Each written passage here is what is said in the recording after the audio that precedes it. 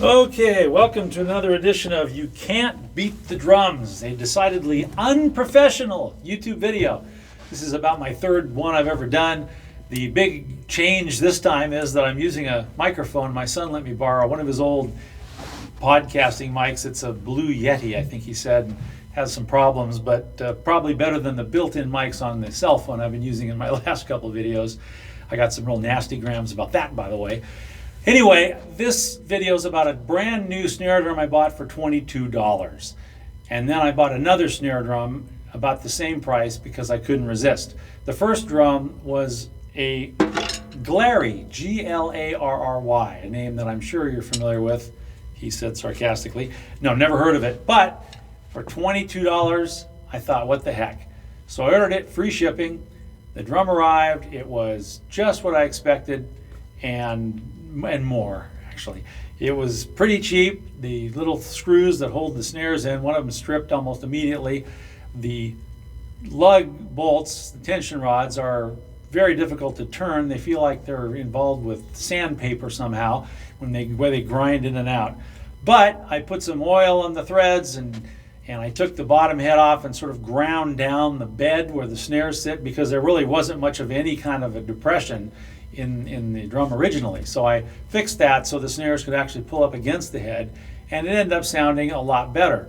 Now I saw another drum, brand new. This was a Gammon, G-A-M-M-O-N, Gammon percussion. Again, very well known, not. But I ordered it because it was on sale on eBay, and the bid was 90 cents.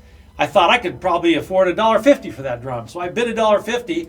The shipping coincidentally was $22. Can you believe it?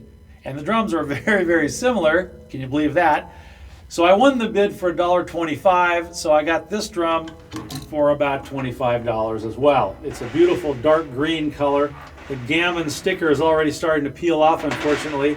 And I haven't bothered tuning this or doing anything to it because I wanted you to hear kind of what it sounds like out of the box versus what the drum sounds like after I've played with it and tuned it a little bit, because these are almost identical. The bottom head is clear on the first one, the Glary. It's white on the Gammon, but the weight is very thin on both of them. So when they arrive, this is what they sound like out of the box. And when you turn the snares on,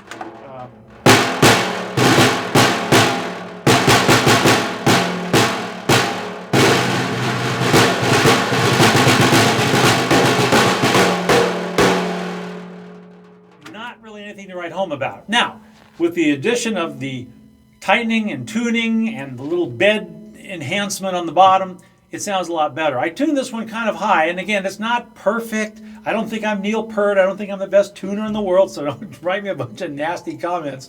But I did the little star pattern, trying to get the notes all the same and so on. Anyway, it's kind of tight. I like tighter, higher snares when they're open like this. And I did adjust the bed depth, as I mentioned. So now, when you listen to this snare drum, it sounds, I think, a little better.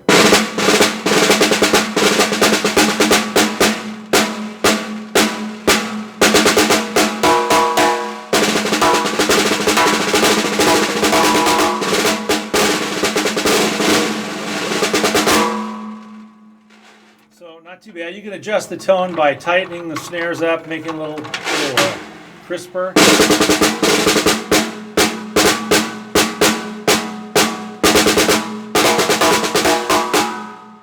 Or loosening the snares makes a little bit, almost sounds deeper.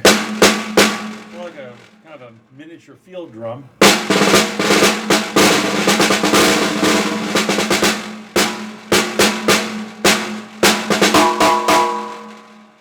So anyway, that's kind of what they sound like.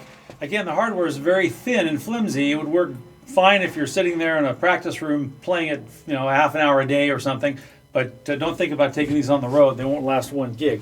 But let me show you a little bit of the hardware. Again, the lug patterns you can see on the Gammon there. It's got the white snare head, typical clear plastic bands, which again tend to slip out. You probably need to put better bolts in there or do a little work to get the strap not to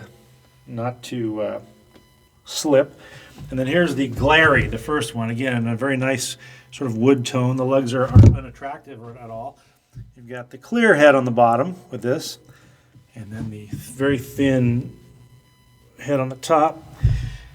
And there's the little stand. You can see it's got the adjustment to hold the snare drum in place, which is nice. It's a double braced, very light duty, but again, $25. It's incredible. Anyway, that's the story on this edition of You Can't Beat the Drums. Hopefully I'll get a chance to talk to you again. Thanks. Bye.